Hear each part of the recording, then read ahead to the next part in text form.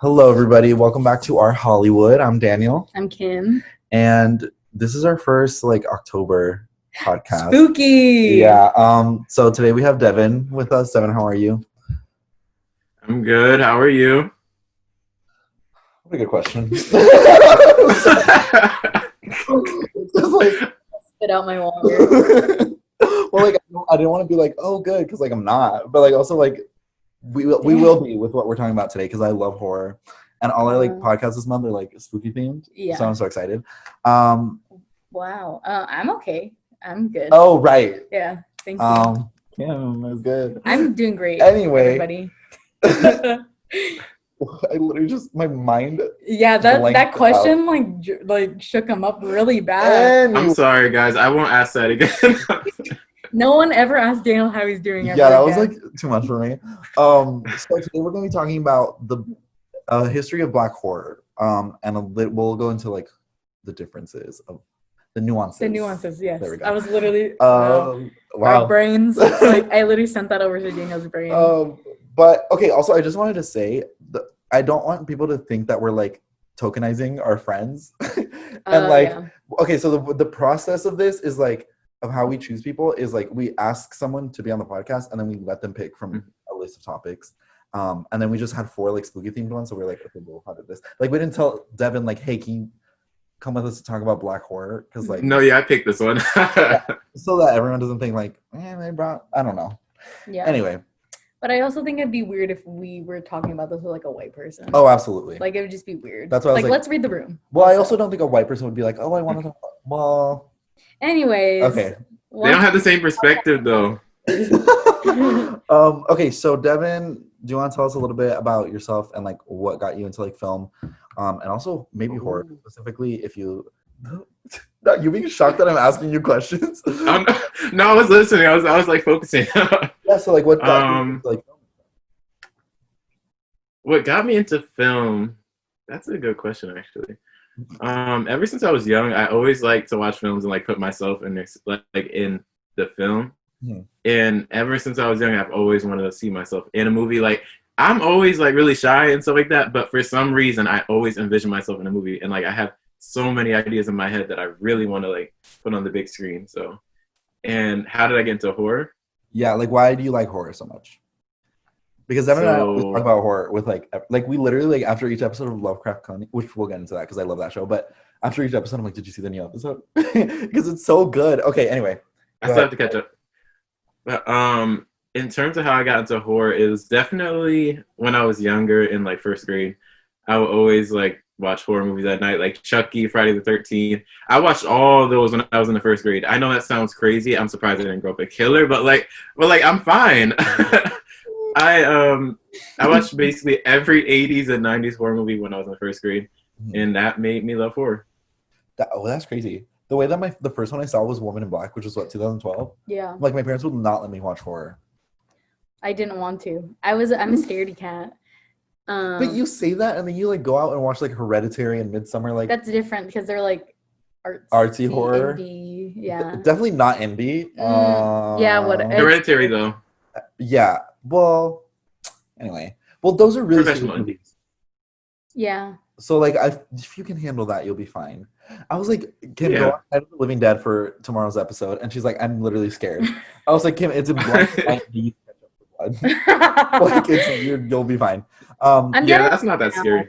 I'm better at it now, but before, actually, Get Out. That was kind of the first horror movie. Really? That was kind of the first horror movie. I I was surprised you liked it when you. I loved it. Really? I was I'm obsessed. Yeah. Okay. I watched it 5 times in the theater. We'll get to that. Anyway. So, by the way, how Deven and I met, we were in a film class, and we'll probably talk about this more on our collab with Colonize This, because that was one of the worst directors I've ever been with. But so Deven and I we had to work on this short horror film, and Deven was one of the we cast him as one of the lead actors, and then I wrote the story, and we just became friends because of how horrible the director was. Oh, I remember you telling me about Yeah, this he was literally a living nightmare. If you're listening to this, I am not sorry for the review I gave you. And you will never be on the podcast. No, literally never. Nightmare. Oh my god. But anyway, so now to get into a little bit of what today's podcast is about. So the Black people in horror movies have had like a really long history and like relationship with how they're portrayed in horror movies.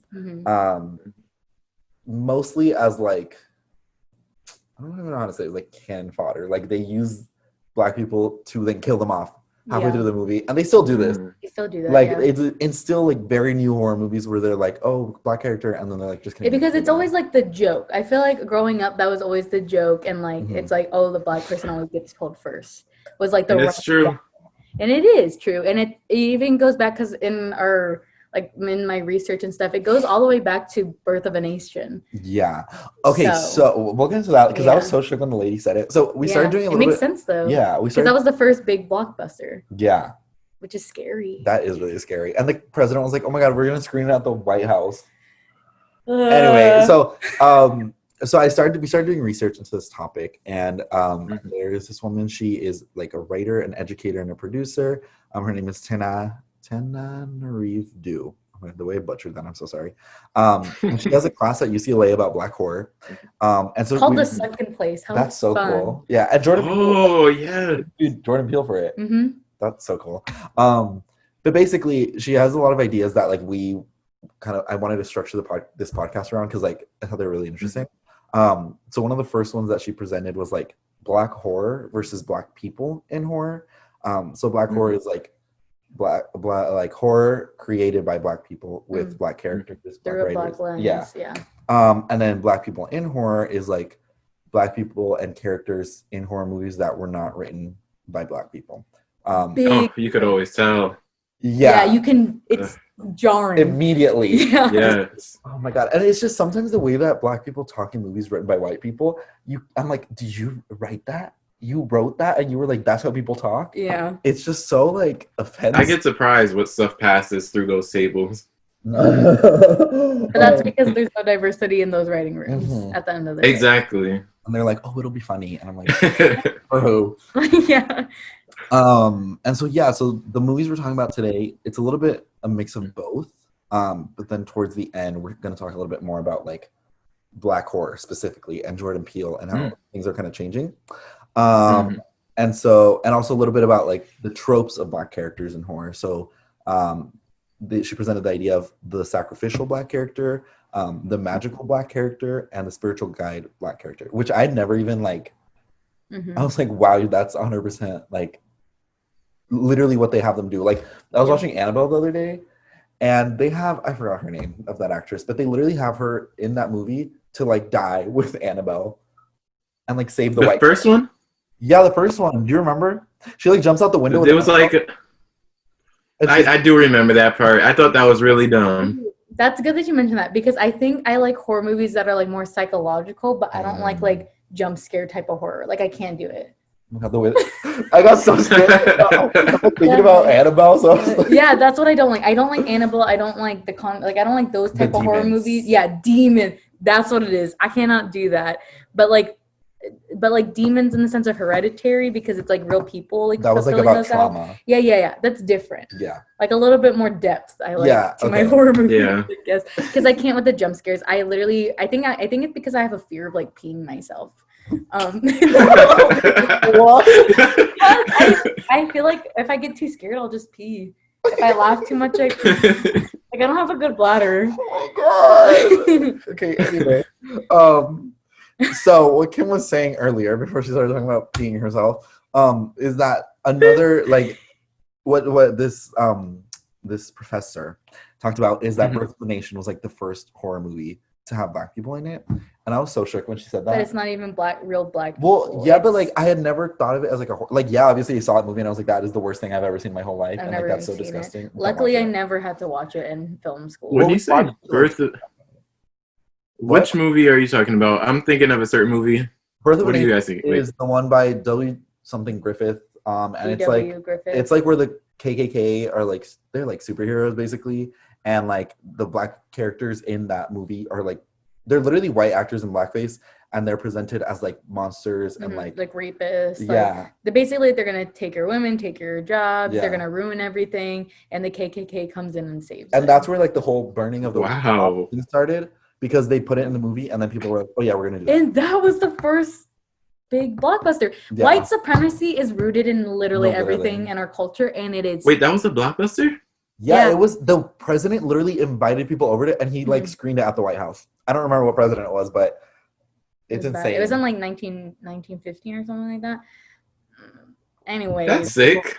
Yeah, white people are insane. But she was like, "Yeah, that was the first like horror movie with black characters," and I was like, "Oh my god, it literally is a horror movie." It is because it was made to like create fear, and like it was literally like propaganda. And like there's a lot of I feel like a lot of films, like the way their portrayals of black people are really rooted in from that, and that's scary. Yeah, that's literally terrifying. It is. And the way that they force like film students to watch this movie. Yeah, I'm glad no one forced me to watch it. Well, they forced me to watch it because they were like, "You need to see how bad the situation was back then," but I still didn't want to watch it. I think I could gather from and not watch it. Yeah, I don't think it's necessary viewing. This is my first time hearing about that. I only heard about the one with Nat Turner.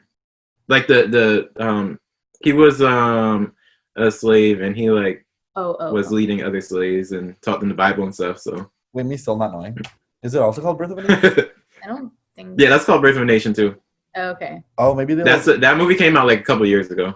Oh, so maybe it was like trying. They were like trying to steal the name. They were like, "Let's reclaim it. Yeah, take it back." Okay, that makes sense. I never heard of that movie. But anyway, so now we're gonna start getting a little bit into the like specific horror movies and specific examples of characters. So the first one that was kind of talked about largely was Night of the Living Dead, which came out in 1968.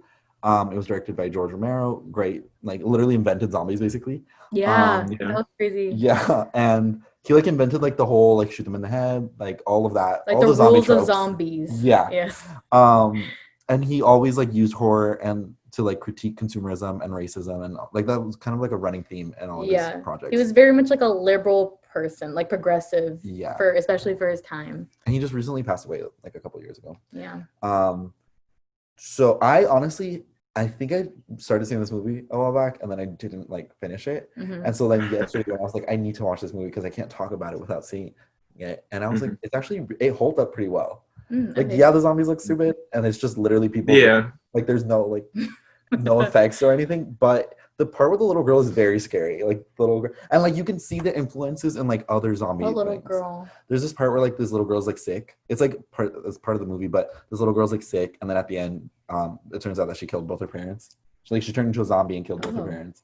But it's like you could see like how this film influenced all the other zombie things, like The Walking Dead and Train to Busan. Like you could literally see the influences from it. So this movie is like pretty important for like horror fans. But it's also really important because the main character in the story, his name is Ben. He was played by actor Dwayne Jones. Handsome. He's so handsome. Oh my god. When I was watching clips of the movie, I was like, Lord. But he was a black man, and he was the hero of the story. And I also wrote spoilers, but also like it came out like 50 years ago, so like I'm sorry. Like oh yeah, it's okay. Spoil the movie. Yeah, it's free on YouTube. You literally can go watch it. It's literally free on YouTube. That's so crazy. Well, because he never like copyright claimed it. King. Yeah, what a king. And so basically what Ben does is that the entire movie takes place in like a single house. Oh, because it was like an independent movie. Yeah. It was very much so an independent movie back then. What was he saying? Oh, so like the entire movie is like they're inside a house, and then he's like fighting off zombies, and they're all white zombies. So the movie showing a black man killing white people, which is 1968, so like this is a big thing. And at the end, it ends with like he's the last survivor. Everyone else in the house died, and so he's like looking through a window because like the white mob that they've been showing like news clips of this mob throughout the movie, and then at the end they show up to the house and they see his face and they just assume he's a zombie. And then they shoot him, and that's how the movie ends. They like go into the house and they just were like, "Oh, we killed him," and he was a zombie the whole time. So it's very frustrating, but it's also like I see what he was trying to say. It's frustrating, but like it fit with the narrative that he was trying to tell. Like it makes sense. It's not like he just killed him for no reason. Like I mean, we rather like a black heroine live, yes, but like it did make sense, especially in that time. Surprising that a movie that like that actually became so big, if you think about it, you know? I think it's really interesting because when I was watching this video essay about Night of the Living Dead, they said the director says that he had no intention of like, he was just like, I casted Dwayne Jones because he was the best actor that came in. Like he had like when he was writing the character didn't have a race. He just, it ended up being it. But then, and like he always says, like it doesn't really have political like things, but especially the things that happen inside the house and outside the house, and just the time period also that it came out in. There's no way it didn't. But he just was like, he was just like, no, that's just how it is. Well, because like that was interesting. Yeah, the relationships between some of the characters. So, for example, he saves this one woman. I think her name is Barbara, and literally at one point in the movie, she's like freaking out and she's like out of control. So he literally just hits her.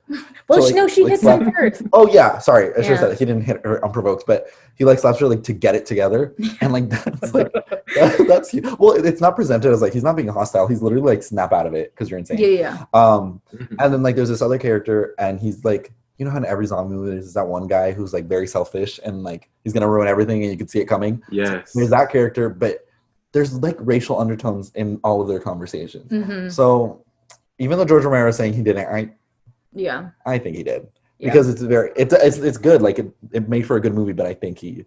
Well, did he write it too? I actually don't know. I know he directed it, right? I'm pretty sure he wrote and directed. I can fact check that before. But then another note that we had was that this was not how Black people were being portrayed in film at the time. Because during this, it was like all the like character. Oh my God, Mina don't know how to speak. He did write it. He did? That's 97% on Rotten Tomatoes. That is really good, especially for a movie that came out in 1968. That's crazy. That's also, such a small budget. Oh my God. 100. Okay, so the budget for the movie was under 100,000. No, over, a little bit over.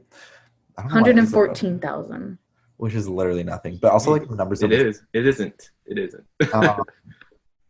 So yeah, I don't just like this movie is huge, basically. Yeah. Like, and I hadn't seen it for so long. If anyone hasn't seen it, like it's on YouTube for free. Like you have no excuse.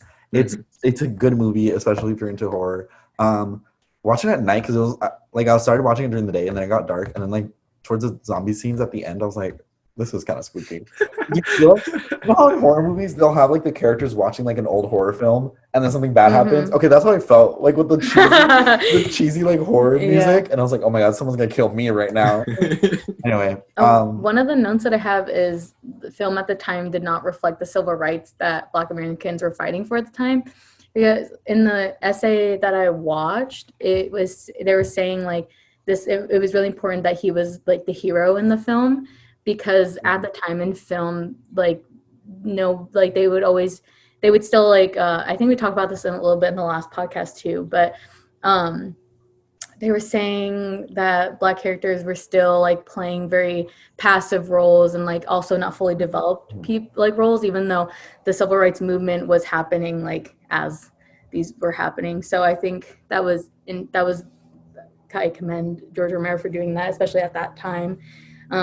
Most definitely, yeah. Still weird that like we're just now getting kind of three-dimensional Black characters. Like it took it's crazy, and it had to trailblaze from Black creators as well. Like that's so sad. Like that they don't feel accounted for. Like it's just such a weird like social thing. I don't understand. I just don't get people sometimes. I'm just like, how are you so sad? I don't either. I don't get it. So Deven, any thoughts on Night of the Living Dead and just like I guess just the cultural impact as a whole, because like this was a big movie, but like I feel like a lot of people now, like yes, the hardcore horror fans know all about it, but like if you brought this up to another person, I don't think, especially because the name sounds very generic, and I feel like there's been so many Living Dead. You definitely, I feel like I definitely heard this phrase before, but I didn't know anything about this movie until yesterday. Really? I did not know. I have no idea. Nothing. I know everything about early thousands of romantic comedy movies, but horror. Well, because also like so like old horror. Yeah. Well, this like professor that I was talking about earlier, she has a documentary on Shudder called Horror Noir, and it's like a history of Black horror, which we're kind of following a little bit of that outline from that short film too. We're talking about the same films, but also it's because there's not that much to talk about when it comes to like Black horror characters, I guess. So another one I had down was Blackula, which was Dracula, but Dracula is black. Yeah. Yeah. So there was conflicting like opinions on this movie. Some people were like, it's still negative representations of like black characters. But then people were also like, it featured black characters and it featured African history, which was not something you would see in big movies like that. And also, Blackula in this movie, he's not portrayed as like the Dracula kind of villain. He's just like trying to like free himself from this like curse or whatever, which is a little bit different than the traditional like Dracula story. Like he's a little bit more sympathetic, which was huge because also again he's like a black character, and this came out 3 years after Night of the Living Dead. So this is kind of like when like black oh my god, the way I can't say that, blaxploitation films were kind of getting big, and like I don't know, just kind of people were finally seeing black people in movies, I guess. But I've never seen this movie. I was trying to find it and I literally don't know where to watch it. Maybe Shudder, but I had to cancel my subscription because I got it. For me, I think like when it comes to stuff like Blackula, I haven't actually watched the movie either, but I think it's cool that you made a black Dracula. But at the same time, for me personally, I don't like when they replace like a white character with a black character because I want something original. I don't want to be like a replacement for somebody else. I want original black content. Like let's get like Candyman, but we're gonna talk about that later, right? Yeah. Like I want something that we can say is ours. Like it's not like, okay, we're sharing this, like we're the aftermath of your iconic character. We need something that is from us originally, like and hold that. Yeah, like that is just so important to me personally.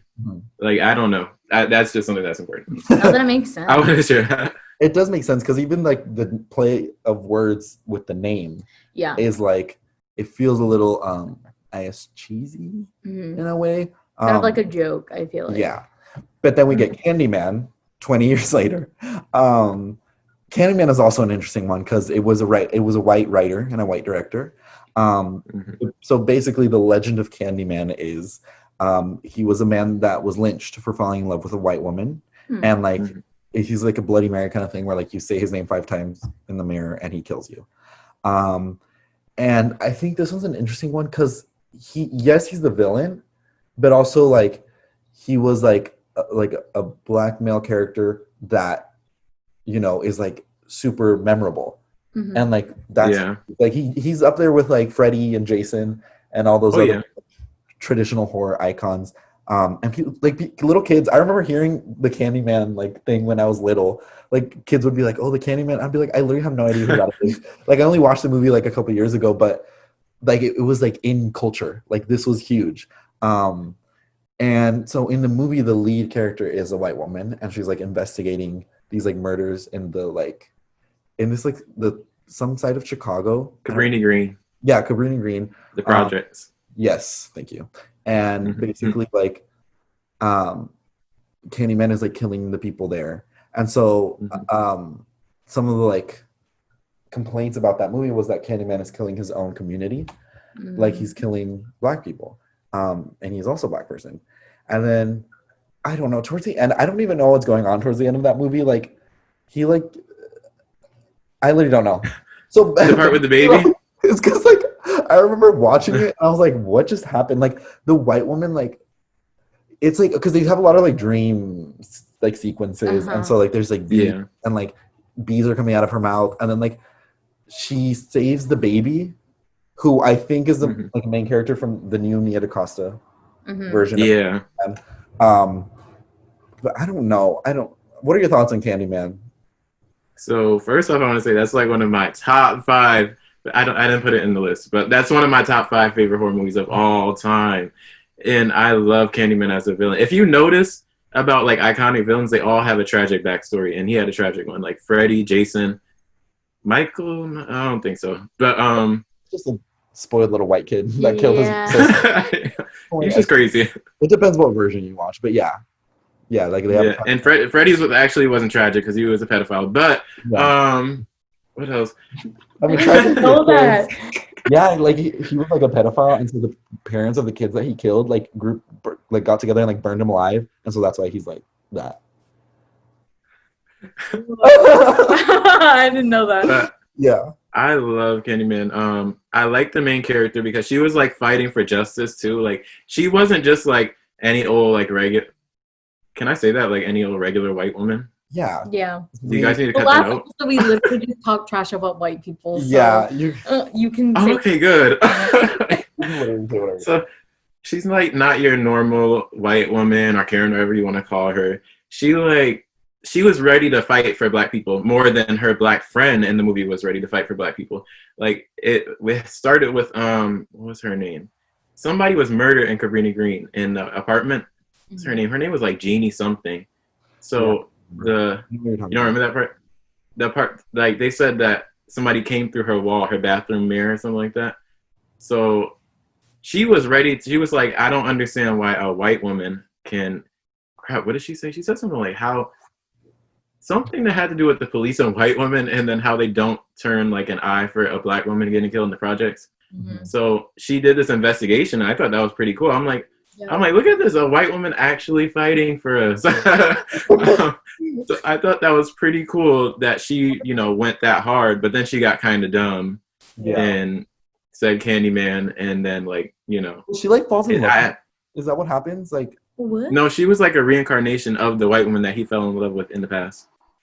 The way that completely went over my head.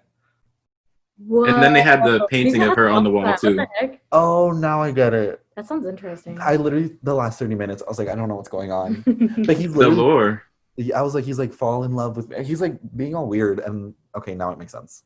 Wow. No, yeah. The way that's why I like the movie, because the lore that they put behind it was just so interesting. I like the thought. The thought is what makes me more scared than seeing stuff like Hereditary. Okay, never mind. Hereditary was kind of creepy, but like Candyman, the thought of it is just creepy. Like I still don't even say it in the mirror because I'm kind of superstitious. Yeah. Well, I think with like Candyman, it doesn't feel like Friday the 13th and Jason and oh my god. Friday the 13th and Nightmare on Elm Street are very like cheesy. Like there is no depth to those movies. They're slasher movies and that's it. But with Candyman, there's more of like there's like racial undertones to certain scenes, and there's also like the whole concept of like this white woman going to like the projects and like investigating this whole thing, and then the ending is literally like her saving the child of this woman that has been through the whole movie. And she's like almost burnt alive, and she like gives the child back to the woman, and like this whole thing. But it feels a lot more. That's so interesting. Yeah, it's such a good movie. Yeah. Can I say a spoiler? Yeah, go ahead. Oh, okay. Yeah, she was like dead, like. But basically, she had to save the baby because she messed up. Because when she told the little boy, if you remember the little boy that was talking about Candyman, because and then in the bathroom he had like castrated a child. Yeah, I know that sounds horrible. What? That wasn't the real Candyman. But yeah, they also like use Candyman and they blame other deaths on this like figure. So like other people use that. They're like, oh, blame it on Candyman. Yeah. Okay. It was that fake Candyman, that guy that had the hook that got arrested. That she pointed out at the police station. Yeah. And once she told the little boy that he wasn't real, that's when kind of that activated him, because he's like, if you take my belief away, then I can't exist. So now I have to take this child unless you die in his place. Yeah. So that's why she kind of went in there and reparation. One more thing about it, because I love Candyman. Yeah, it's really interesting. Yeah. You've convinced me to watch it. There's one scene where they go to the apartment. I'm sorry I spoiled the ending, Kim. But I'll also watch it. There's one scene where she goes in the projects and she talks to this lady and she's questioning her about the neighbor that was killed. And she had told her, she's like, not all of us are like what you think we are. I'm just trying to raise my baby and give him a good life. And, I thought that really spoke. I was like, I mean, that's not me personally, but that's a lot of Black people's experience. Not only Black people, though. A lot of people in that position. I just spit. a lot of people in that position. So... Yes, that was very interesting. I think, yes, that movie was written by a white character, but I think the lore of it was a little bit of a step forward. for Black in horror movies. Are you guys excited for the reboot, like remake, because it is directed by a Black woman? Yeah, like I you think change, like make it more positive. I think she's taking this story that like was for like it was from a white creator, I guess, but I think she's gonna put a little bit more of a Black lens on the story because she can. Yeah. That's her life. The trailer was so good. I watched it like 6 times. Me too. I'm obsessed with the trailer. And then when they announced that they were like pushing it back, I was like, I'm pissed that it's coming out in 2021. Yeah, but also I don't want it to be on like video on demand. Yeah. That movie deserves to be like a full theatrical release. And like a Black female creator, like that's amazing. Like I love Jordan Peele for doing that. Like it's so amazing that we get a Black female director. Like you don't see that. Like we do have Ava DuVernay, and I'm missing somebody else, I think. But I think that's just amazing. Like horror, so it's like it's a different genre of movie. We haven't gotten a Black female horror director, which like I'm sure this movie. I just got chills. I know this movie's gonna be good, and if it is, like she's gonna be making a whole other, like a bunch of other. Oh, she already has a Marvel movie that she's about to direct. Oh my god, I forgot about that. What? Hold on, let me look it up real quick. That's so sick. So obviously it's gonna be good. Like obviously Candyman is gonna be good. I think that's awesome. Captain Marvel 2. What? Ooh. Captain Marvel 2? Maybe she can turn around Captain Marvel and make her a little bit more digestible, I say. I don't know what they did on the first Captain Marvel. Anyways, that's really awesome. I'm very happy, and I think that's a good note for like I think future like BIPOC filmmakers in general. Like once you get your platform, like helping out others and empowering others in your community, I think that's huge, and that's so sick of Jordan Peele for doing that. And I hope we just keep on passing along and flip the industry around its head, because I'm tired. I'm tired. I also think tired. Another white person telling their view on Candyman would just not go well. Yeah, no. Because we don't need that. There's already like 3 other Candyman movies, and like we don't need that. We don't need to talk about those. So I think I was like, I never watched them. So having like a Black female writer, I don't know if she wrote it, maybe the director at least, to tell this like sequel maybe to this story. It's a spiritual sequel. Yeah, like it's kind of like how the Halloween one was like. Ignore all the other ones. Same energy. Yeah. Which Cabrini Green is gentrified in this one, so it's going to be very interesting. Well, it also talks about like gentrification and like. This is so fun. Yes. I'll watch the trailer right after. Okay. So since we just talked about Jordan Peele, and he has an effect, like he really I think brought Black horror to mainstream audiences, and it's now popularized, and like now there's a thing called the Peele effect because of him. I never heard of that. I just heard about it yesterday. It was the same professor. The same professor. And it just came out. Get Out just came out in 2017, and I think for me, I was working in a movie theater when Get Out first got announced, and we first got the poster, and I always look at the posters when we first get them, and I was like, Jordan Peele? I was like, Key and Peele? Huh? I was like, he's directing a horror movie?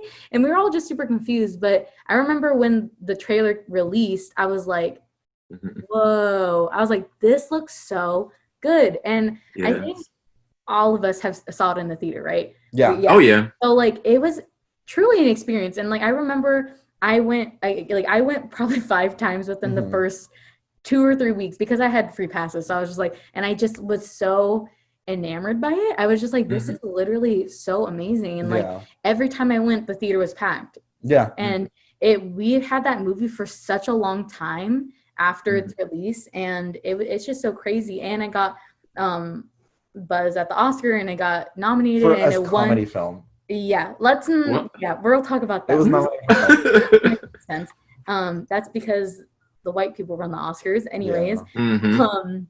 But I think it was just huge, and it totally opened my eyes to horror, and that's what got me to go see Hereditary. That just got me to go see Summer, watch, visit all these things, and that's huge that he can get people like me who love romantic comedies and like stuff like that, and get them out of their comfort zone. So that's why I appreciate this film, and I will always be a Jordan Peele stan. Like anything he does, I will definitely go see it. Or like puts a little bit of money for it. Yeah, like, exactly. Okay. I'm like, oh yeah, same. Produced by Jordan Peele, I'm there. Time to watch it. Exactly. Me too. What did you think when you first saw Get Out, or any tidbit about Get Out when you saw it? I do have a little bit of an unpopular opinion on Get Out. Okay. Okay, not really, but when I went to go see it, I was honestly like, I do like the movie. I was honestly a little disappointed. Mm-hmm. Okay. Because I was like, no, not the end. Hold up, because Siri keep popping up. But so I was like, because everybody was talking about this big twist, and I was like, that was the twist. Oh. I was like, I feel like that was such a simple twist. Like, I thought it was gonna be something crazier, but I was like, oh, evil white people. Okay. Yeah. But, you know. Yeah, I didn't even think about that. Well, it's because I saw it opening weekend, so there was no like people weren't talking about like the twist yet. Oh, okay. And so like I was just like I was like, oh, this is a horror movie. So I definitely wasn't like, oh my god, that's a twist. But I was like, oh, that's what's going on. I saw opening night. So you saw it like a little bit after it. Yeah, like maybe a week or two after. So it made it a little bit less. Yeah. Yeah, like the hype always kills it for me. But I still like the movie. It's a very good movie. It's well acted. I like I think it's because it's white people that are like the twist. Yeah, we're like they're like, we're evil. It tends to be shocked. Like, no. Like I feel like you can like I definitely when I saw it the first time I was like, oh, but like it wasn't like, oh my gosh. Yeah. Yes. Crazy. It was more. It's more like yeah. It's not a twist kind of movie. That's like Us, but like I feel like Get Out is more of a like Rosemary's Baby kind of thing where you're just like, what is going on? Like you're trying to figure out what's going on instead of like what's the twist. The bidding scene always that thing I was like, no, the scene where he's going up the stairs and everyone stops talking and looks up. Yeah, there's just so many little things in that film that make it so much more creepy and like off-putting, but in a good way, I guess. It definitely makes me feel uncomfortable sometimes. Like you said, when they looked at him, I'm like, oh my gosh, like that's real life. Like as a Black person walking anywhere. I went to a restaurant the other week, which was mostly white people. We were waiting we were waiting outside. As soon as me and my friend walked up, everybody's like, I'm like, whoa. I was like, I'm a little nervous now. That's another thing about everything Jordan Peele makes is that like a white person watching his movie and a Black person watching his movie, they're both gonna like the movie. Yeah. But they're gonna watch completely different movies, if that makes sense. Yeah. Like the Black people are gonna get jokes and stuff that the white people are just not gonna get. And that's why it's important to have Black writers, Black directors writing about Black experience. Yeah. Exactly. And it's also good that he's able to bring a white audience into his theaters as well to like make them see that, I guess. Yeah. I mean, obviously it's gonna take a couple tries for them to really get it, but we're gonna take any small wins we can get, you know? We will. Yeah. But also I saw it opening night, right? And so they don't do like the midnight screenings anymore. Also, the thought of going to like a packed theater right now makes me want to throw up. Because like Corona, like I just remembered how like busy it was, and I was like, "Oh my god, that's so nasty." But anyway, it's such a good feeling that we're never gonna feel again. Yeah. Okay. Anyway, thank you for that. Sorry. But it was the reactions from the like second half of that movie were literally at the energy level of like Endgame. Yeah. Which is insane for a movie that has no characters from any previous franchise or anything, from a new director, like actors that were. I mean, Daniel Kaluuya was in some things, but this was like his big. This is his big role. Yeah. Keith. And for all of that, Keith. And like the only name on it was Jordan Peele, I guess that was like well known. For all of that, and for people to be reacting in that kind of like level of intensity was insane. Like, the audience was so much fun for that. The audience was fun. That's a movie I like definitely. When I think about seeing in a movie theater experience, I think about that because I love when like theaters are like everybody is active. Me too. I love that. Let's not talk, but like we can like react to what's going on. Right. And I think it makes the experience so much better, and that's why another reason why I'm really sad that movie theaters are closed. Yeah. But for me, living in Connecticut and going a week later, you're not getting any reactions. Yeah, California, that's a whole last different experience. But also, it's like depending on what theater you go to, because like, okay, the AMC here, these white people are not that fun. But if I go to like Palm Promenade, we literally only go to premieres there because the audiences are 10 times more fun. The theaters are bigger. Like it's just. That's so interesting that you say that because I saw it in California and then I went to Virginia because that's where I'm from. I visited family and I took some of my family members to see it. The theater quiet. I was the only one making like reactions, even though that was like probably like the 4th or 5th time I seen it, and I was still reacting to things because it's just so good in like my opinion. And the theater was quiet. I feel like it's objective. It's objective. Like you can't say it's bad. You can't tell me if you think Get Out is a bad movie. I don't trust your opinion. It literally has a little bit of everything. Yeah. There's something for everyone. Like you don't even like horror movies and you like it. Yeah. That's why I'm just like. I knew when it opened with Redbone, I was like, oh yeah. I think I love the soundtrack too. The soundtrack is so good. Like it has this like what am I trying to say? It has this like creepy undertone, but like I can't explain it, but it feels like Black culture too. Well, I wrote an essay on Jordan Peele's composer because he used the same one for Get Out and Us, and like I think the same one for Candyman too. Ludwig? No, that's not him. I don't remember. That's from Black Panther. He's from Black Panther. That's Black Panther. Yeah. But the way he like used, because something that Jordan Peele has done in like a couple of his movies already is like, take like a pop song and make it scary. He did it in Get Out. He did it. Oh no, he didn't do it in Get Out. He did it in Us. And but he kind of did because in Candyman trailer, right? Like that too. Oh yeah. But like Redbone in the beginning, like it just like. Because like when I think of Redbone, I think like a good vibe. Like I think it's like a vibey song, you know. But then when it was put against the opening, like it just it made you feel comfortable. But towards the end, I feel like when they started like talking, like him and his girlfriend, I was just like, you're like, what's going on? I don't know. And then when they're in the car and the music and the conversation, and then they hit the deer, like that. It sets the scene for the like exactly. Like you can like I just love the way he uses music because it's like it distracts you because it's a good song and it's a popular song or a popular like I don't know beat. I don't really know music terms, but you know. And then but he subtly changes it to make it feel just a bit off-putting and to make your brain be like something's wrong. Something's not right here though, and that's why. Your music and your soundtrack is so important, and I feel like a lot of people don't realize that. Yeah. Yes. Because okay, thank you.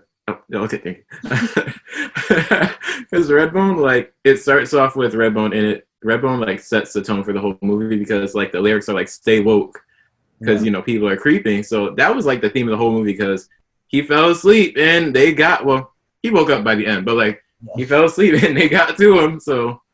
And poor Lakeith, have you guys seen Sorry to Bother You? That movie is like a same kind of like comedy, like a comedy version vibe. Yeah. Yeah. But I hated that movie though. I'm not even gonna lie. I was like, what the freak is going on? I was very confused. I literally had I had to stop because I'm not understanding what the hell is going on. Right. It's one of those movies that you have to I think for me at least, I had to like read a little bit about it before I watched it.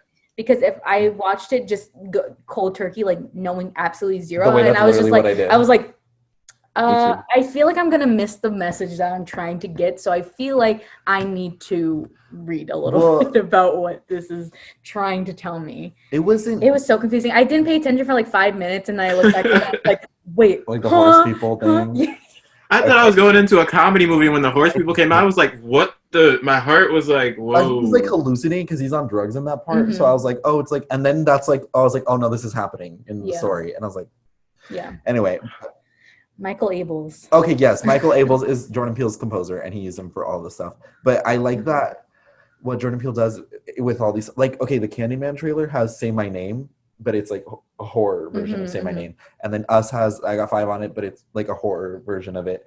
And that was jarring. Yeah. I'm sorry, go ahead. And people, I'm sorry I keep cutting you guys off. No, but, please. You can literally do it. Literally, please, because we talk too much. Yeah. Oh, no, it's okay. But people were like, for the Candyman trailer, even though it is directed by Nia DaCosta, but you know, it has that Jordan Peele song theme. So they were saying that Beyonce, Queen Bee, and Candyman is B. So they were like, connecting that all together. I guess that seems like a stretch. That's something I would do. Like I would find like a really weird way to make it work for my movie, because like I'm currently writing a screenplay, and a lot of I am heavily influenced by music as well, and a lot of my scenes are written to music and inspired by the songs. So like it makes sense for me, and I think if it makes sense for you as a director or as a screenwriter, then and if people pick up on it, sick. If they don't, whatever. It's what matters to you as a filmmaker at the end of the day. But also I think it's more like say my name, because like Candyman. That too. That's true. It could have definitely absolutely. But you don't know why they chose that. Well, probably never know unless they literally do an interview about it. Yeah. They could, but I feel like you would have to look for it. Anyways, it got Oscar buzz, which I don't think not many people expected. I pulled up especially because horror isn't taken seriously in the Oscar world at all. So oh my God, the way that's another one of our topics so if you guys are interested in that, like that's another podcast that's coming up. But Toni Collette deserves an Oscar. Okay, that's all. Oh, absolutely. So Get Out was nominated. Oh, it won Best Original Screenplay. It was nominated. Daniel Kaluuya was nominated for Best Actor. The whole movie was nominated for Best Picture, and Jordan Peele was nominated for Best Director. They won Best Original Screenplay. That was a good year for the Oscars, honestly. Like I remember I went. Green Book year though. No, it wasn't. 2019. No, the way that's a 2018. Yeah, that's not Green Book year. Okay, you're right. Girl. 2018 was a good year. I was like, that was like the last good year for the Oscars for me, because I remember I went to like the directors panel at the Santa Barbara Film Festival, and it had Jordan Peele, it had like Christopher Nolan, it had I don't remember who else. Oh, The Shape of Water. It had Guillermo del Toro. It had who else did it have? Call Me by Your Name. Anyways, it had a lot of good directors. It also had Greta Gerwig for Lady Bird. And I love Lady Bird. And I just remember I was like, this is such, and I felt so empowered as like a film student. I was like, this is so exciting, and I was just like super happy with like the movies that got chosen. And I don't know, I remember that being a really good year for the Oscars. I don't know why, I just have such a deep memory of that, but I think it was really awesome that a horror film was nominated and also won for screenplay. Yeah. Which if anyone out there wants to read it, it's literally like on Amazon you can buy. Jordan Peele made like a book version of it. And it has all the deleted scenes. It has like commentary, like he explains why certain things were chosen, why he took certain things out. And the ending. Oh yeah, so it has the original ending and the official ending. So the theatrical ending, we're gonna spoil it. Go watch it. I don't know what to tell you. If you haven't watched Get Up by now, I don't know what to tell you. So the official ending is Chris is like killing the last member of this like crazy white family, which is his girlfriend. His girlfriend, who's actually evil. And so this cop car is pulling up, and the reaction in the theater when that happened, my says the whole story basically. I think it dropped out of my body because you were like, oh, I know what's gonna happen, because there's like red and blue lights. And you hear the woo, and then you're like, and it's like a black man choking. I started crying. I think the first time I watched it, I was like, the original ending is filmed. Like you can find it online. Yeah, I watched it because I have the DVD. Same. That's literally how I know about it, and the script, I guess. But so the original ending was Chris. It was cops, and Chris gets arrested, and he gets put in jail, and that's the ending, which is a very grim Night of the Living Dead ending. But then the one that we saw in theaters was it's Chris's friend who comes to save him, and it's definitely the black person won. Yeah, essentially. Yeah, they went through all that trauma, but they won. Which I think. I'm so glad that's the ending. Really? Me too. I needed that to be the official. If we got the jail ending, love really not satisfying endings.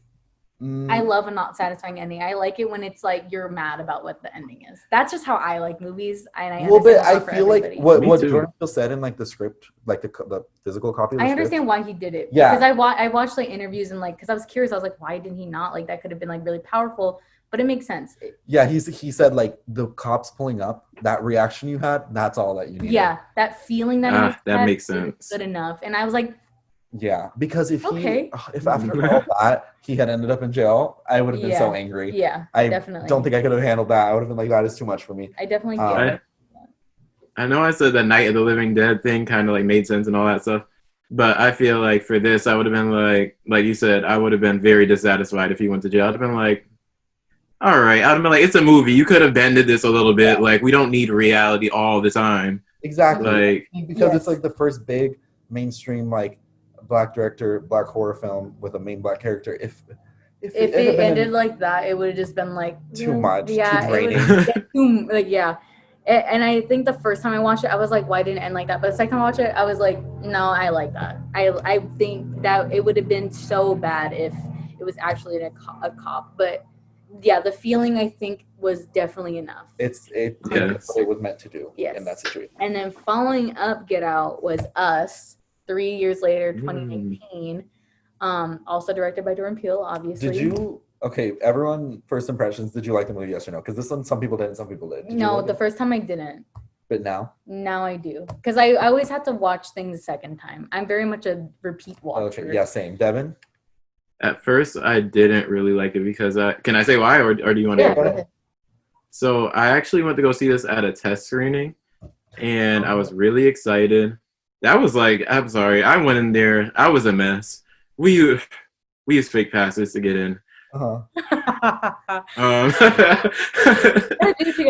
Test screenings are insane. Yeah, I bet. Oh my god!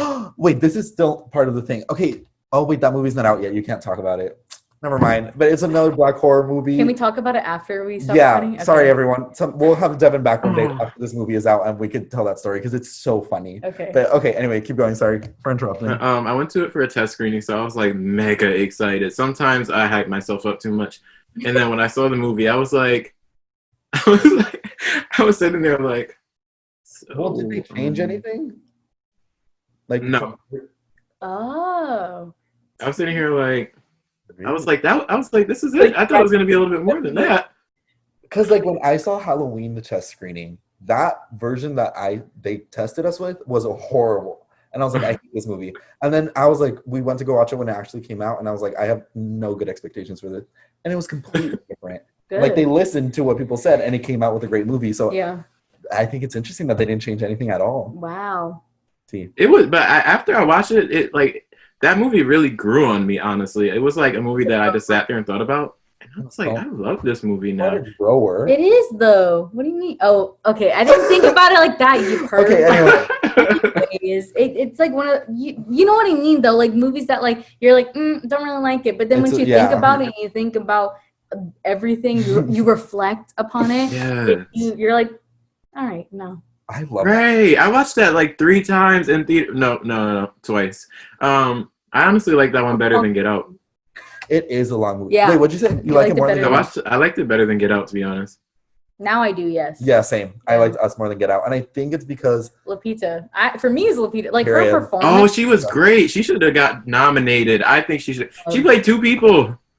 Come on. And they're both like incredibly deep. Like she was like, and like she kept saying in interviews she had to go through a really dark place, and like she pulled so much out of herself, and she literally she couldn't, especially like towards the end, which is like very powerful in the film, and the way that she was able to pull that off when she wasn't acting in front of anybody. She was acting in front of the byline, or she said like a green cross, like. And the fact that she was able to do that, I just don't understand. The last 30 minutes of the movie are why I liked it more. Yes. I like after the last 30 minutes, I was like convinced. I was like, I love this movie so much. The last 30 seconds literally still give me chills every time I watch it. Like when that little song comes up and you like the camera's like rising and you see all the red people and then you see the helicopter. Oh yeah. That's one of my favorite horror film endings ever. But yeah, it was another like Jordan Peele cast an entire black family for this horror movie. And yes, it does sort of like the fact that they're black does play into parts of the film, but it's also a little bit more about class and how the U.S. treats like different classes, I guess. But that definitely still has something to do with like the black characters in it. But it's also it's like psychological and like how the U.S. treats its citizens and all that. Yeah. And they don't give you the typical black like. Or not, I can't say typical because when you think about it, there's no typical for anything. Yeah. They give you like a different than what you usually see in the media, black family. Usually you see, hold up, I had to swallow real quick. I was talking like so slow. So usually in movies, like you see a broken up black family because that's what the media shows you. You don't see anything but maybe black people selling drugs or like struggling to do something with guns, gangs. So it's really nice to see like a full black family get terrorized by themselves. Like, how did I even consider that? Like, I didn't even think that was like a full like. Also, they all survive.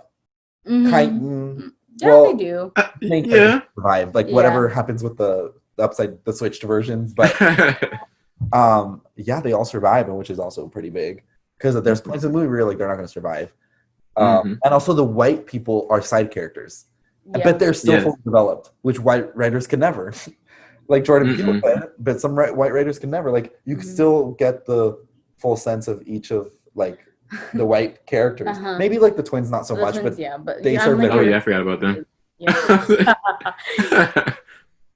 I just remember when Elizabeth Olsen is crawling on the floor and they just starts playing NWA. That part, I love that. So good. And I think that's another thing that Jordan Peele's He's really so good. At. He's good at comedic relief, but not taking you out of the moment. And it's also campy horror comedy. It's more like it's horror with a little bit of comedy, which is different. Yeah, like a little sprinkle. Yeah. Which does it? It's still like Get Out and Us are horror movies. They're not comedy horror movies. They're very much horror movies. At the Oscars. Oh my god! It's like just because there's a couple funny moments does not make it just full on comedy. Movie. No. And what I love about Us too is that the main character is a woman. A movie that has strong women characters is always good, in my opinion. If you don't have a strong woman character, like, or if they like are like the trope, like the damsel in distress, then the movie is always generic. You have to have a strong woman character. Like she was great, and the daughter was great too. I love the daughter. She was the one calling all the shots and like. Like, the husband's getting on my nerves. Yeah, I know. I was like, yeah, relax, dude. Yeah. But he was funny, and I think it's. I think having, especially a black woman protagonist that strong and that controlling of the screen, I think is huge, and we need more of that. Yeah, it had to be Lupita. And the villain too, since it was her. Yeah, exactly. So with what Jordan Peele has basically, he like. So thank you, Jordan Peele. Yeah, he like changed the trajectory of horror from now to forever, because it's not just that we're getting black horror films now. We're getting like horror films from the perspectives of minorities and marginalized communities. Like I know I saw like on Shudder a movie recently came out and it was about a same-sex couple and they move into this neighborhood with their dog. I saw the preview. Yeah, it looks good. I want to watch that. I've never like a horror movie with a gay couple that is the protagonist, and I don't think it's about them being gay, but I also think it has like social commentary like how Get Out is, which is exciting. And so I think Jordan Peele literally, I'm sorry, but he did it. Like you can't say anyone else did it. Yeah. Like we're going to get so many new horror movies from smaller perspectives and all that kind of thing, which is exciting. And we're already starting to, we mentioned a couple other like black horror things. The first one was Lovecraft Country on HBO Max. This show, is it based on something or is it original? Yes. Okay. This one's insane because H.P. Lovecraft was like this very famous like horror writer. He invented like it's his own little genre. It's like Lovecraft, like it's like steampunk horror is how I can explain it. It's like Cthulhu and all those like aliens. Okay. But like god of aliens. I don't know. It's its own genre. But he was very racist. He's extremely racist, which I didn't know. I was like, oh, I love H.P. Lovecraft. But like I'm so stupid. I literally didn't know he was extremely racist. And so this new show, Lovecraft Country, is like it basically it's a fully black cast, right? And it's set in like the 1960s, I believe, 1970s. And oh my god, all the birds acting up right now. It's a fully black cast, and so they like acknowledge that Lovecraft is racist, but the characters are living in this world of like there's monsters and there's magic and there's racism, and it's part of the story, but it's still like the characters are going on adventures like Indiana Jones style, which is crazy because I've never seen that before. Yeah, it's like there's a whole episode where they like go on like a quest, and it's like an Indiana Jones movie basically. Like they're doing like riddles and like the water is was fun. It's that kind of thing. And each episode is like I don't know. There's really no other way to describe it. Each episode is its own story, but it's still one major storyline. It's like American Horror Story, but like not exactly like that. But like you said, like each episode is like an event, like a different theme. like that connects to one central thing. Yeah, like one was like a haunted house story. Another one was like the Indiana Jones adventure story. Then there was like a body horror one, which was really good. I love that. That was such a good episode. But they're also like all like rooted in social commentary. Like that body horror episode, basically this black character, she wants to work at this like store, department store. Yeah, it's like a, I don't know, like a one of those big like stores. Macy's. Yeah. Dillard's. Yeah, and so they don't hire her. And she's also a larger like black woman, and so she sees that they hired a skinny black woman, and so she's like, "Are you kidding me?" And so obviously she's upset about this. But basically, these other characters, well, we won't get into them, but they're the only white characters in the thing, and they're like the villains. They give her like a potion. It's basically Polyjuice potion, like from Harry Potter. Like she can transform into a white woman when she wants to, and so, but it like hurts. Like it's very violent how she transforms. Yes, it's grotesque. But she basically goes the whole episode like transforming in and out of this white woman, and just how at the end she decides like, no, I'm going to be the black woman, because she's like getting all the benefits of being this white woman, but then she sees that like they're just trying to be black women. So interesting. It's such a good show. Anyone like do the HBO Max free. Maybe wait till the first HBO Max season. kind of like they kind of go off. Yeah. Like I've been seeing a lot of other things and like HBO Max. I'm like, that's just for HBO Max. Yeah. What the heck? I just love HBO content. I think because HBO has like I feel like a history of like kind of breaking the boundaries and not and like doing things a little bit further than what you would get on network television. Yeah. So I think that's why they always kind of lead the pack. Yeah, and they take more risks, because they can. Yeah, because it's kind of like a premium. It's always been like a premium service. Yeah. Oh, yeah, but basically, like the show you told me about, I May Destroy You, which kind of has horror elements towards the end of the season. It does. It's literally like a black woman telling her story. She wrote it, she directed some of the episodes, and she stars in it. I've heard of that. Yeah, it's such a good show, and yeah, it has horror elements to it, and it's very like, you know, shows that are like very artsy. That's the only way I can explain it. It's kind of like Atlanta in terms of like there's like dream sequences going on. Yeah. I don't know. It's so good. HBO Max, if anyone is like not sponsored, obviously, but like do the free trial, check out some of these shows because they're HBO incredible. Max. If you want to sponsor us, oh, cool! I would literally love that. Be if great. you want to hire us. If you would also want to, especially me, okay, because I am graduating. Oh, that's true. I'm already still graduated. In school, but she. Oh, you graduated? Yeah, I graduated. Congratulations. Thank you. It's really depressing right now, but sorry to hear that. Yeah, which is fun. It's kind of fun. Yeah. Yeah. Anyway, I could be doing nothing. That's true. You could be doing absolutely nothing. I could be depressed. Anyway, is what I was. We have two more movies that we kind of want to talk a little bit about, not as in depth as the other ones, but because they haven't come out yet, right? No, Tales from the Hood is out. Okay, but I've never seen it. So, Devin, do you want to tell us a little bit about it? Because I've never heard of it. So it's like an anthology story. So there's three characters. They come up to a funeral home, and one of them kind of like passes out. So the funeral director takes them through the funeral home and tells them a story about each dead body. So each dead body is an anthology story within the movie. And what can I talk about one of them? Yeah, spoil it. Oh, I'm sorry. Okay. One of them is about this this black guy, but in terms of, because I don't like calling people certain types of names like Uncle Tom or anything. I don't like to call anybody any names. But I guess you could say he was like your typical Uncle Tom. He was a politician, and he was more for the white people. Mm-hmm. And he had this white like secretary guy, something like that. And should I wait till that ends? Or? Yeah, let's wait. Let's pause. The way I'm literally in class right now. Okay, literally, I was like, who is this man talking? It's my teacher. I can hear it. It's my social media marketing class. I'll put it over here. But I was so confused. I literally was like, who? What is going on? It's because he can see like when you joined. So I wanted to see that like I joined at 5, but I'm obviously not going to pay attention. Okay, anyway. I always do that. Oh, wait, hold up. Is it still ringing? We're good. Where did I leave off at? The funeral director. Uncle Tom. Oh, okay. So there's this Uncle Tom black guy, right? And he has like this white secretary. And what happened? Oh, so the people were very upset that he's moving into this house because it was like an old plantation house. Mm-hmm. And so everybody would stand outside the house and be like, you shouldn't be moving here. You know the horror trope, The Harbinger? Yeah. Like the old man that's like, don't do this. The warning. So there's like this old black guy that stands out the house. He's like, you shouldn't be doing this. Spirits are going to come back and get you. So they had this painting on the wall with all like this, how do I explain it? This older black woman, she's in a wheelchair, and she had all these little dolls. And like each night that they stayed in the house, a doll would come off the wall, like off the painting, come to life. Uh-huh. And the dolls were like kind of, they were crazy.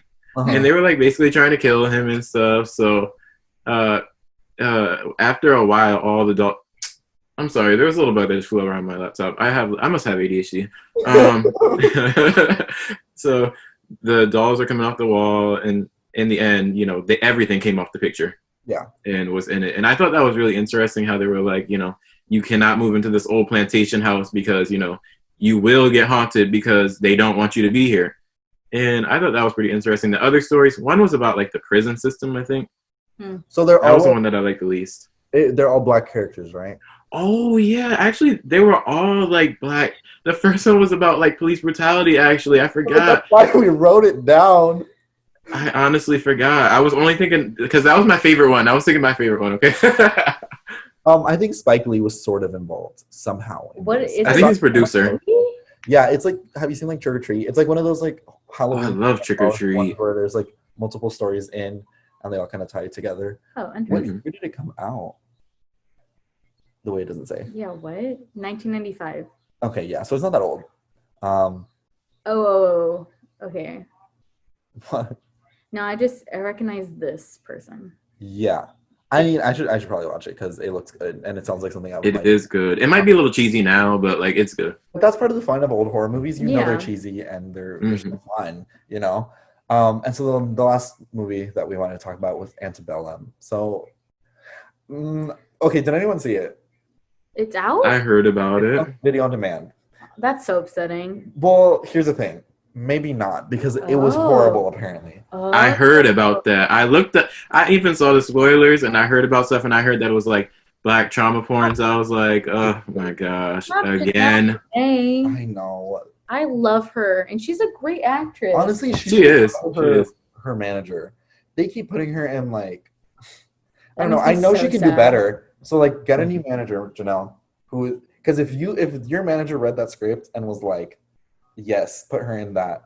It's bad. Well, so what the movie is like, I'm gonna spoil It's very like the trailer is very cryptic. Like yeah. Trying to hide the twist, but then the twist isn't actually that. Like, I thought the twist was so stupid. I'm like, are you serious? I mean, like, it would be kind of creepy or scary if that was like real, but it's not scary enough for me to be like, oh my gosh. I'm more like, really? Okay, so basically what the twist is, if you don't want to know, don't listen. Just skip. Yeah, but basically what the twist is that there are white supremacists in 2020, and they have a plantation, and they're like recreating slave times or something. I was like, they're trying to make you think that she time traveled, but no, it's actually happening right now, because like apparently the way the twist is revealed is one of the slave owners has a cell phone and it rings. I saw that part. It's in real time, so apparently, which like I feel like you could have gathered that. I thought it was going to be about time travel, and that's why I was excited about it, because I was like, it's horror. But I don't know. The way that they describe the movie, and also what a lot of what happens in the movie is like black characters suffering, and black characters. There's no like pain. Empowering moment or like. From what I saw, just like a little bit at the end, because like she escapes, I guess. But the other characters are still suffering, so like. I don't know. Like it's. I believe the whole movie is made by white people too. Yeah. Especially when I saw some of the there scenes. There we go. Right. Connect. They tried to make something that like this generation would connect with, but like we saw through it. Like they made some serious. They made Gaboria. You guys know who Gaboria Sidibe is? Yeah, love her. They made her like a stereotypical black woman. I saw one scene where she was like calling somebody like a Becky and stuff, and then she was like white splain. She was like saying all that stuff. I'm like. I hate when writers make people talk like that, because no one actually talks like that. I was like, yeah. People don't really say those tweets out loud. Yeah, like people think like Twitter is how people actually speak. That's how older people think we talk. It's so annoying. Like when you watch when you watch Grownish. Don't even get me started. I don't watch Grownish. I love that show, but it's also like That's what Kenya Barris thinks that people talk like. Like I've never heard anyone say Kenya woke out Barris. loud. Have you heard anyone say woke out? Just like old people that are like, I'm woke, like they're trying to make fun of the fact that people say woke, but like no one says woke, you know? The people that aren't woke are the ones that say woke.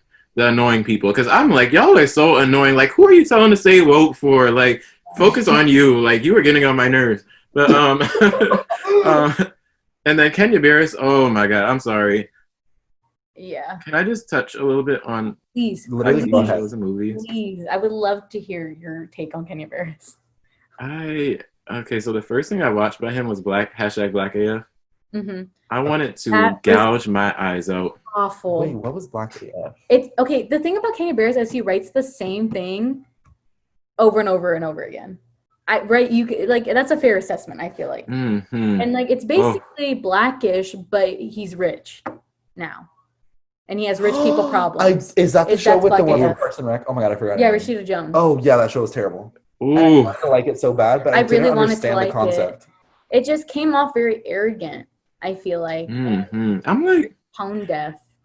I was like, I'm happy. I'm so happy to see rich Black people, but this is not it. And especially because I was excited because the whole reason they're filming it is so the daughter can go to film school, right? But Mm-hmm. like I feel like the way they do, well, it's based off his life essentially. That's why it's so confusing, especially because him and his wife got divorced. The character that Rashida Jones is playing, and the character that Rashida Jones is playing is like not good. So like it's yeah, he's basically writing about his life. It's basically like you're writing about your life, but it's like, well, it's not really me, but it's like basically your whole life. Okay. Wait, that was actually his life? I think so. Like it basically is because he does have connections to Black Hollywood and stuff, and he does have. I'm sure they have these conversations. I don't know. I just don't think he did it justice. But like I understand what he was trying to do, but it didn't work. Like he made it too funny. Like he made it too funny. Like too secure, you know? And I feel like if you're gonna try to have people empathize, yes, with especially rich people, you're gonna need to like humble them at least a little bit, you know? Well, I was like, y'all are snobby. Like, I was like, you guys are not. I'm like, you talk to your parents like that. I was like, really? Especially in like Rashida Jones's character, like that was like, oh my god. I can't. That was the only reason I was gonna watch it because I love Rashida Jones. I love Rashida Jones, but that character is so awful. But it's because like him and that's like his wife, right? But they got divorced in real life. So he has obviously a little bit resentment towards it because he gets divorced, and it's just like it's essentially like Rashida Jones' character kind of comes off as like a money hungry, like she's just trying to be hip with the trends, and she's I don't know. I saw that. I got it from the trailer. I think I watched the first episode too. So bad. Yes, I like Grownish. I like Grownish, but it's incredibly cheesy, and I think it's just because I love the cast. The cast is great. Yeah, and I actually don't like Grownish. Yeah, I don't like the way. I'm sorry, I didn't mean to. No. It's an awful show. It's an awful show. I just like it. It's something to be awful, but if I like the actors, I like it to us some with degree. Ryan Murphy. Yes. Watching everything. Yeah. all the issues. Just because I love Luca, I love Yara, I love Chloe and Halle, I love Trey, I think is his name. Like I love all those people, so I want to support them. Yeah. But when I'm watching, it's like a hate watch. Like I hate watch it. Okay. It's that kind of show, you know. Like for me, I just personally like. I don't know if this is just a me thing, but I don't like a lot. Like this is gonna sound strange. I don't like a lot of these new Black TV shows, to be honest. Like I do love Lovecraft Country, of course, but I don't like Blackish. I don't like Grownish. What's the new one? Mixed-ish. I don't like that one. I don't like Black AF. A new one with Lawrence Fishburne. They're gonna make it oldish or something. They're making another one. Yes, they need to stop. They're pulling up Tyler, PD, Chicago. I don't think it's meant for us. I don't think Kenya Barris is making this for our generation. He's definitely more to his generation. But like, I don't even do that many people watch his stuff. Like, I don't know how he can have this many. Well, Blackish was like big. Blackish was big, yes. And I get Grownish, I understand that, but like all other ones, I'm not comprehending. And I don't like what is that show? Oh, what is that show? Oh my god, it's on Netflix. Oh, Dear White People. I don't like that show either. Oh, I don't like. I haven't watched. I don't like when black shows are. Okay, so this is what I'm. All right, this is basically what I'm getting towards. Black shows in the past were like fun black shows for white people. I mean, I'm not white people. Sorry, I don't know where that came from for black people. Like Martin, like Martin, all those TV shows, Fresh Prince. But like when you think of TV shows now, it's like more of a political lesson for white people. I'm not like I already know this stuff, so I hate hearing it over. Like and what is that show? Dear White People. They're basically talking about like white people can't do this, black people do this, and blah and that. And I'm like, okay, tell me something I don't know. Like it feels very rigid, and like they're like the way they use the white characters. I've only seen a little bit of it, like just like clips from like video essays because it gets a lot of praise. But like the way they, I don't know, I can't. But how many black people actually watch that show? See, that's the thing because everyone who's told me to watch it has not been black, and that's why I'm like, I don't know about that. Yeah, I think what that's true. I've never, all the people that told me to watch it have not been black. Yeah, I think. Well, for me, let's say I want to see a Latino character. I personally would like to see Latino characters in situations that are not about them being Latino. So, like, for example, Lovecraft Country, yes, there's racial undertones in it, but it's also a story about black people going on, like, a magical quest, and there's monsters. Oh, yeah, I love that. Sci-fi. Yeah. And so, yes. Like, the narrative doesn't revolve around them being black. Yeah, and so. It's just them about being people. Yes, exactly. I think that's, for me, like, when I want to see Latino characters doing, I don't want to have them, like, there was this one show that came out, like, Gentrified something, I don't know, but it was like them and they own a taco shop and they're like, they're getting gentrified and they're trying to rebuild. I'm like, do you like On My Block? It's not good, but I watch it. It's pretty. I'm not the audience. It's like a hate watch. Like you just watch it because it's like mindless. And like you don't have to think. Yes. About it. Funny, it's not bad. Yeah. It's just I'm not the Season audience. 3 was a little bit on the edge for me. I was like, all right, I mightn't stop watching the show because it got actually bad. But I was like it was like you guys said, it's like fun bad where it's like, oh, I'm watching this. This is like a little corny, but it's entertaining. But that last season, I was like, I might turn this off. Well, to tie it back to well, I think that's why like shows like Euphoria and like Lovecraft Country, like I love Euphoria. Their characters, like obviously they're not white, but their whole character arc isn't around their what's it called? Their race. Yeah. It's just like or their sexuality. You can insinuate, but like it's not plain. Like I hate when they're just like, oh, it's because I'm Latino. It's because I'm Asian. Like, they're basically just spelling it out for you. Yeah. And that's so irritating. Like you would think like as an audience, you would have a little bit more faith in them, like to make that connection. And I think maybe use some critical thinking. Right. Like, I just well, to tie it back to black horror. yes. We went on a tangent, but I think it's still interesting and still kind of has to do. It's like in the vein of what we were talking about. Everything is interconnected. Yeah, but basically, what a lot of these stories are, it's black characters, and yes, their blackness does, it does lend something to the story, right? But it's not, I think, the core of the story.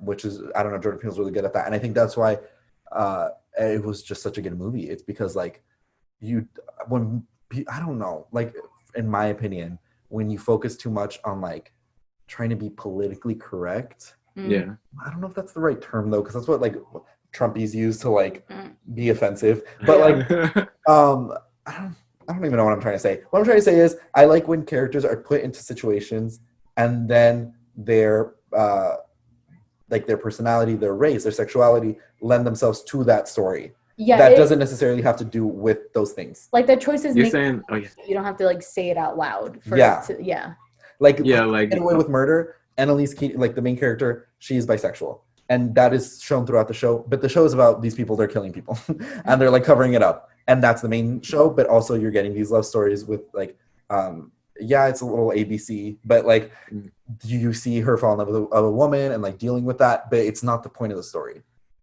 Right. It's like we're just seen as like humans because like at the end of the day, when white people have movies, they're just normal people. Every time it's anybody, like any person of color, it's always like a struggle or something, or like their color or background plays a part in it. It's like, oh, so are these parts that are portrayed just like little film for white people to enjoy? Like you want to enjoy everybody else's trauma while you guys just sit comfortably? Like, yeah, exactly, because they can be disconnected from it because it's not. They can disconnect because it's not a real person. It's just a movie for them. For other people, it's real life. They'll be like, well, that was a good movie. Anyway. Right. Off their shoulder, they don't think about it. They just go back to their lives. And I think that's why people like Antebellum, because it was like Trump porn, essentially. And they were using... Like, I saw a lot of people have been saying, like black people have been saying, I don't want to see any more slavery films. Like, we're done. Yeah, like, we don't need to see it anymore. No. I'm over it. I want to, like... And I love the movie Waves. My criticism with that movie is it is written by a white man and directed by a white man, but I don't think the story at all is really about them being black. Like, it's like a upper middle class black family, and it's about a life event that happens to them. But they don't really focus on the fact that they're black. They focus on the fact that they're people and they have emotions and like they're a family. It's a family dynamic, but it's not focused on them being black. It's just like they're just totally ingrained to like their society, which is I feel like refreshing. I do hate that it is written and directed by a white man, but I think he did a good job. But like I wish it was not him. Yeah. But it's such a good movie. It's one of my favorite movies. I have to watch that. It's really good. To wrap things up. Yeah. I think what we've noticed from what we've talked about with Black horror and other media with Black people in it is that it's refreshing to see Jordan Peele create these new stories that are not like, it's Black people being chased by, it's a horror movie essentially. They're still suffering through the movie, but it's not a slavery movie, you know? Yeah. And so it's refreshing to see Black characters in this light, you know? And not getting killed off in the first 5 minutes. Yeah, it's their story. They're learning, like, there's development with these characters.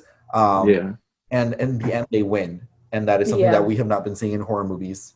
Or movies. In movies in general. Which I think is very exciting because now we're getting horror that's a little bit more thought out. And I think the common theme that we see literally in every single episode is when you're having diversity in those writing rooms and you're having diversity in every aspect of these films and every process, it shines through in the film. I think it's always what I feel like I always take away from every conversation. The conclusion of every episode is, hey, Hollywood, like, let people write their own stories and not give it to a white person to write. Like, we're tired of it. Yeah. Like, it falls through. Like Antebellum, like they thought they were gonna follow a Jordan Peele like plan, but no, because it's special because Jordan Peele wrote it and he's a Black man and he wrote it from that perspective, not a fucking white person. Right. It's not that hard to hire some person of color. Yeah. In conclusion, white people. In conclusion, Hollywood is racist, and we're over it. Like, period. Anyway, thank you, Deven, for coming on and talking to us about Black horror. Yes. Where can people find you and your projects? Any things you're working on right now that you want to plug? Oh God. So you know me, I'm kind of lazy with the projects, but we're getting back to it, guys. We're getting back to it. You know, since all this pandemic crap, there's nothing that I can do outside of my own work. So I guess I'm going to just start making like mini short films. I'm working on some scripts. Wow, now I'm thinking about my script. It's a little hypocritical, but if I tell you guys the plot, but I'm working on some scripts, some short films, and working on getting a job in the industry. As all of us are. Oh yeah. Point. But I think it's exciting that people like Jordan Peele are like making the way for us. I think because if it was like 20 years ago, good luck, Charlie. Honestly, though. I mean, like, sorry, but it's true. Yeah. All right, so stay safe, everybody. Yes. What did we say last time? Vote. Register to vote. Yeah, register to vote and vote. Settle for Biden. This podcast is a Biden pro podcast, and if you're a Trumpy, you need to get over yourself and stop being racist. So, honestly, period. That's just what it is. Right. It's not that hard to not be racist, but yeah. Thanks, everyone.